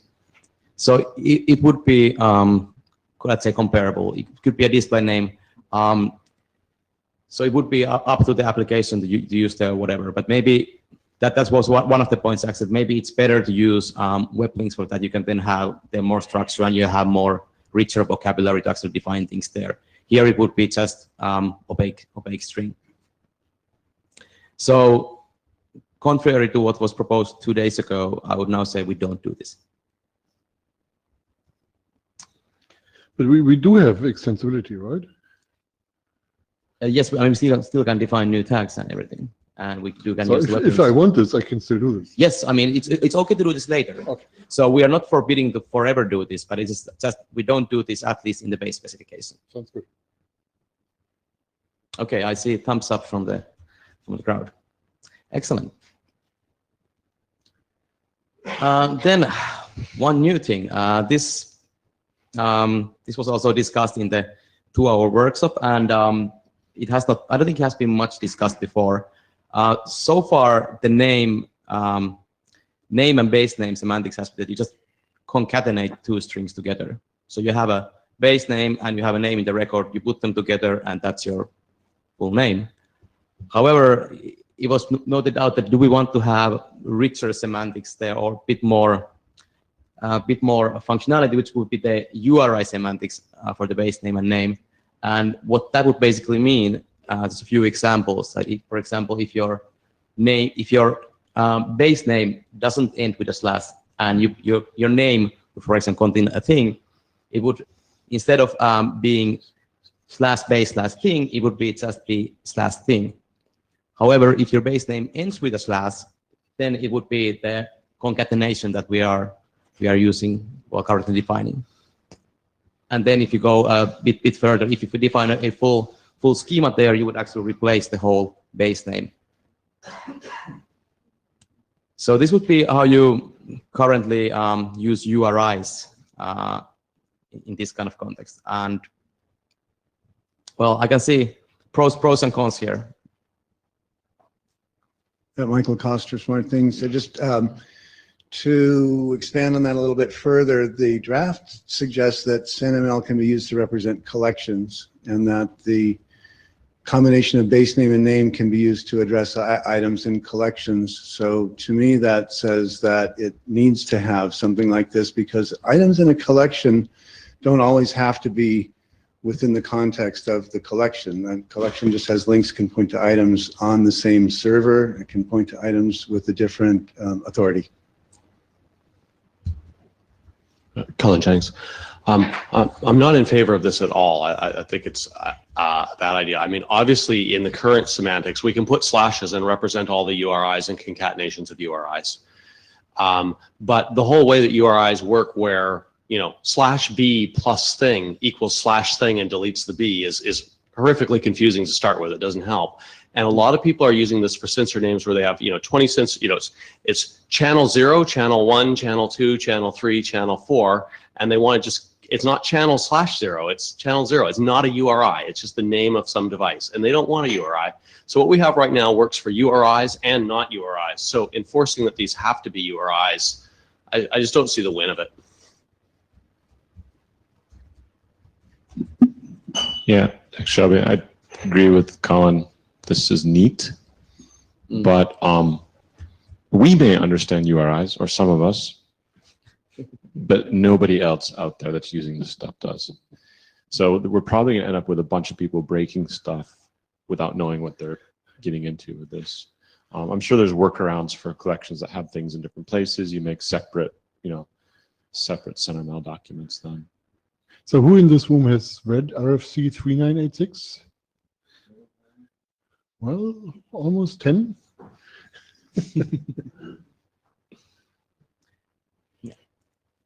Okay, so what I'm hearing here, more people don't like this idea. The people who like this idea, would you be okay if we keep on the current concatenation semantics?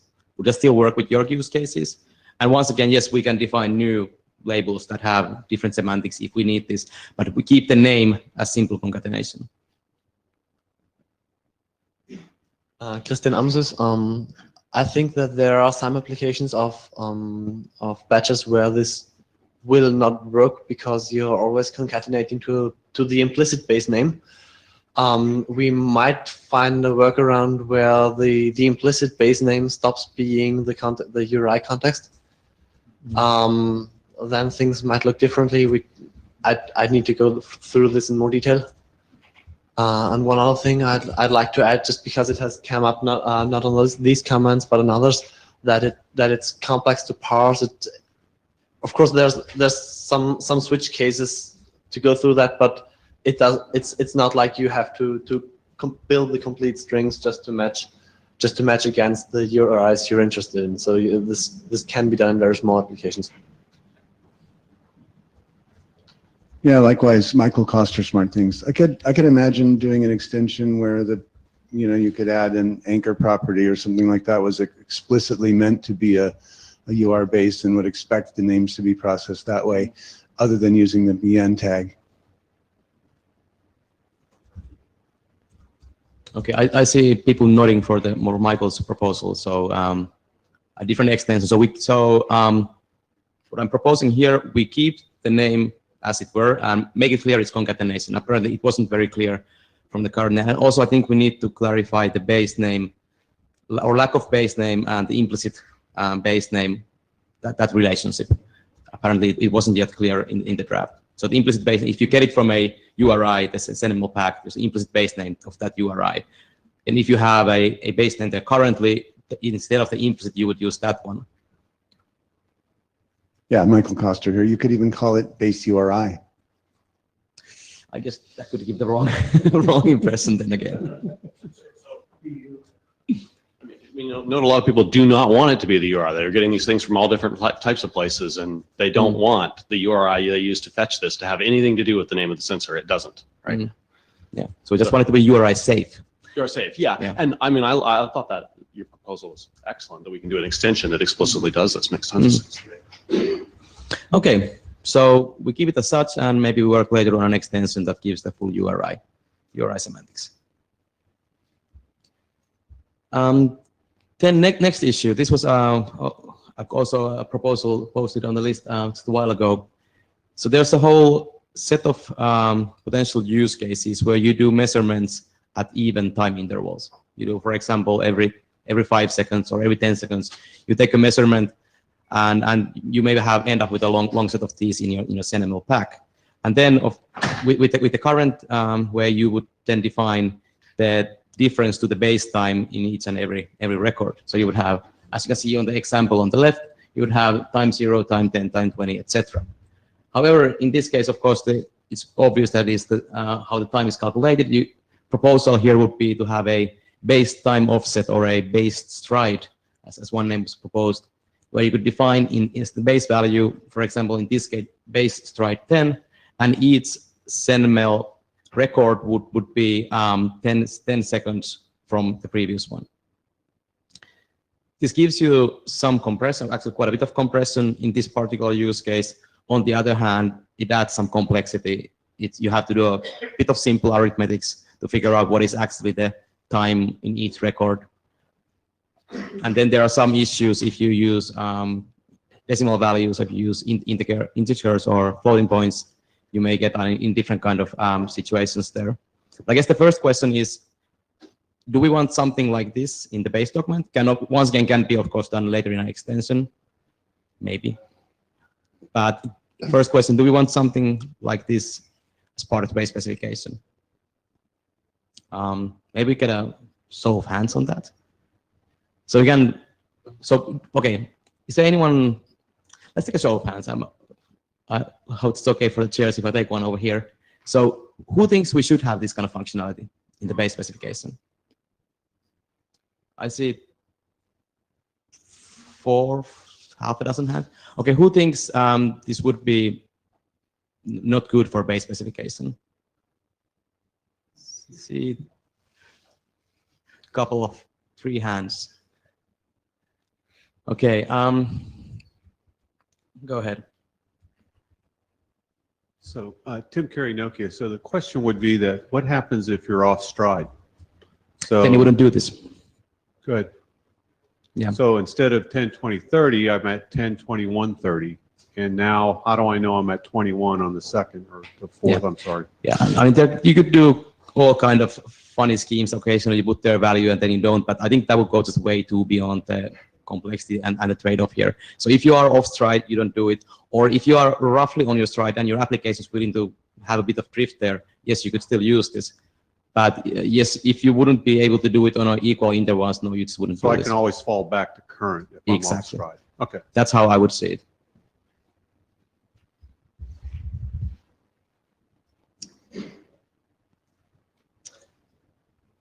Okay, well, few people want it, few don't. Let's say I would err on the side of not adding it if we're kind of 50-50 because we want to get SenML out. So maybe what I would propose here that we do it as an extension if you want to, instead of having it as the base specification. Okay, do we have someone? Okay, let's take a little bit. Who thinks it's a good idea to do not as a base, but as a possible extension? Please raise your hand. I have 1 hand. Oh, 2, 3. Okay. And who thinks we definitely should have it instead of not as an extension, but in the base document? Okay, well, I have a couple of hands for that too. Okay, well, I guess we're gonna still, do we have, well, we have a couple of more issues. Instead of rat holing on that one, there was one proposal, 2 more proposals on the list like yesterday. The object values was first of them. So there was a proposal to have kind of value object, which would be able to contain SenML objects as values in the pack. We discussed this to some extent in our 2-hour session, and key question: do we want to have the complexity of doing that? Also, Colin was commenting on the list that yeah, this would be a bad idea. I'm kind of also on that side. I think this would be a bit too much trying to have full SenML, no full JSON structures as part of SenML records. So Christian, you want to comment? If we, I agree that this adds complexity, but if we want to not do this, we should clarify that nothing similar to this can exist in any SNML extensions, because then again we'd just be back to where we are here with complexity. Yeah, I think that's a good idea, and actually that's what we do currently with the links. So we escape the link structures so that we don't have to actually understand the contents of the value. So links are not part of base SNML. It's something done in a separate document. So okay, so the proposal will be we say that you cannot have nested structures in a SNML record. So you can of course do basics for and everything stuff, but nothing that you would have to be parse from a SNML record as JSON. So no nested structures. So meaning no SNML objects in the SNML records. Okay. Anyone think that's a good idea? So we restrict that we don't have it. Can I have a show of hands? Okay, at least one hand, two. Okay, three. And anyone who thinks that's a very bad idea, that we should allow nested structures? Okay. Okay, so let's do that. So for the notes too, we are gonna say in the draft that we 0 hands on the last one, so no one wanted to really have it. Okay, and then one more. Well, there's more needs, but content types per record. So that was also one thing that was proposed yesterday, I think, on the list. So actually, Christian, do you wanna clarify that part? Yeah, I could clarify that briefly, but it mainly came up in the context of having object values, but also in the context of having SNML as used in batch to return representations of several resources, and you couldn't write. You actually need to guess what which type these representations actually have when you get them back. It might be obvious for some reasons, it might not be for others, but I think it's still a thing that we should consider having, but it's not that critical now that we don't have object values anyway. Just to ask you a clarifying question here. So this is only the strings that run into this problem, right? Like we don't know how to interpret the strings. The strings, yes, strings and, well, we don't have objects, but yeah, strings and binary strings, that they are VD object, the VD things. So this may be confused on my part, but I was thinking that we would just be saying the strings were UTF-8. That was the only representation we allowed. Well, we do have binary strings as well, and UTF-8 is only the encoding and not the rest of the content format. So, for example, a batch could be in some applications be tempted to send its link format representation along.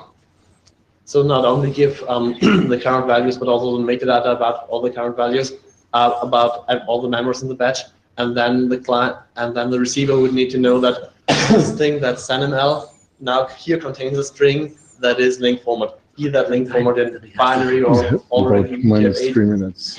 Because it's a string, it's a Unicode string, but it would need to know what this actually is.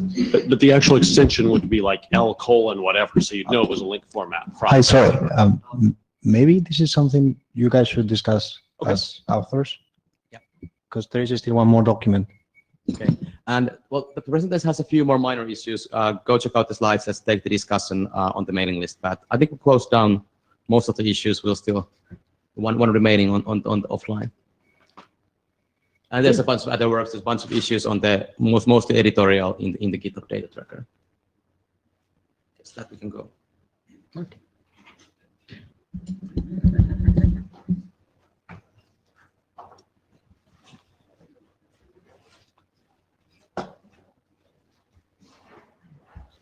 Okay, this is update on the PubSub draft, and basically we have taken some input on that and made a lot of corrections. We made some recent updates to the draft based on requests that folks have made that said it would make it a whole lot useful for them if we added these things. The first one is brokerless PubSub, and the idea is that Oh, I didn't put, I should have a diagram, but it's pretty easy to explain. Two nodes can just directly communicate with each other by each node exposing broker functionality. And then internally, that node can have access to the publish and subscribe. So it was a case where you wanted a sort of a peer-to-peer communication between nodes using PubSub. Now, of course, the nodes will have to be always on and arranged to be, on the network when they want to communicate with each other. But that has been added. Let's see. Yeah, it's just been added as a concept, so there may be some more definition needed to figure out how to make it actually work, and someone needs to prototype it and this kind of thing. But it looks to be pretty straightforward, and I've been playing with ideas on how to do it, so I don't have a lot of doubts myself.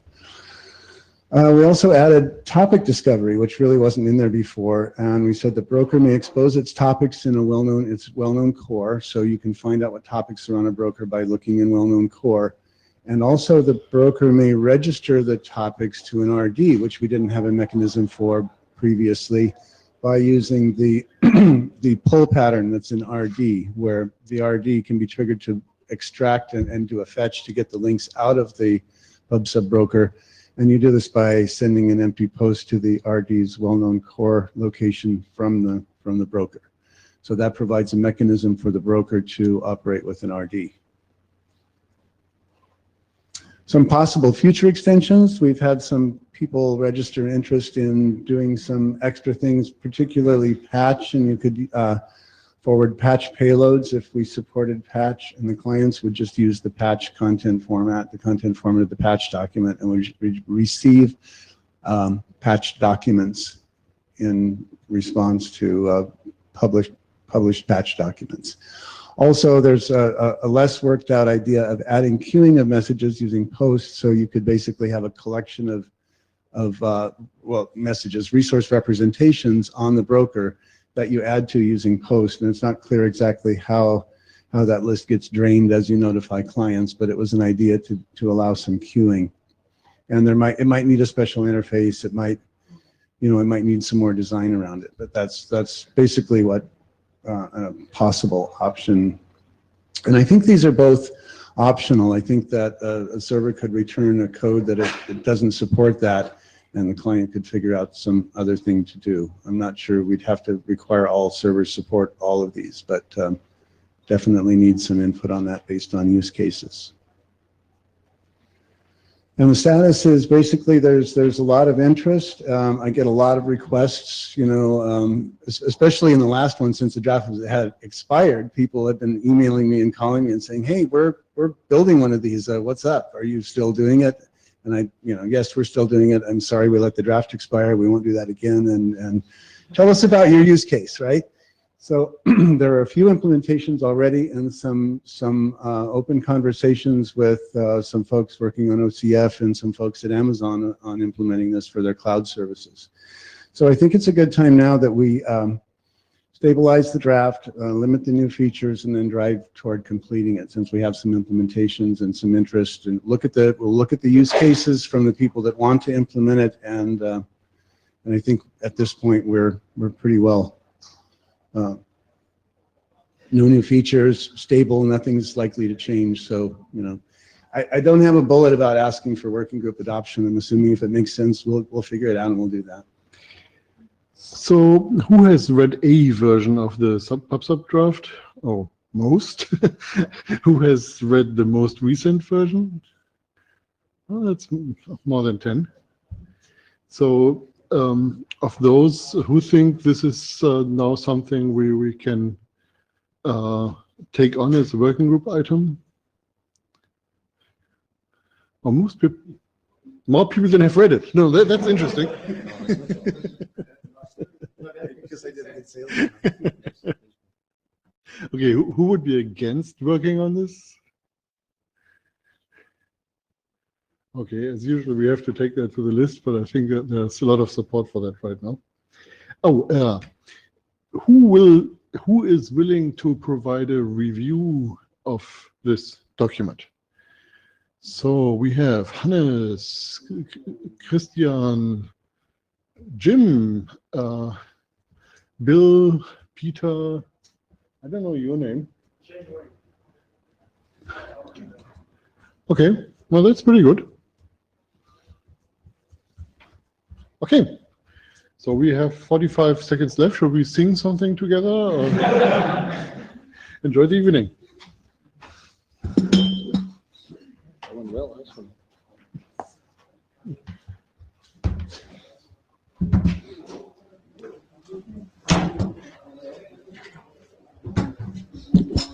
Please send here the bullshit hour.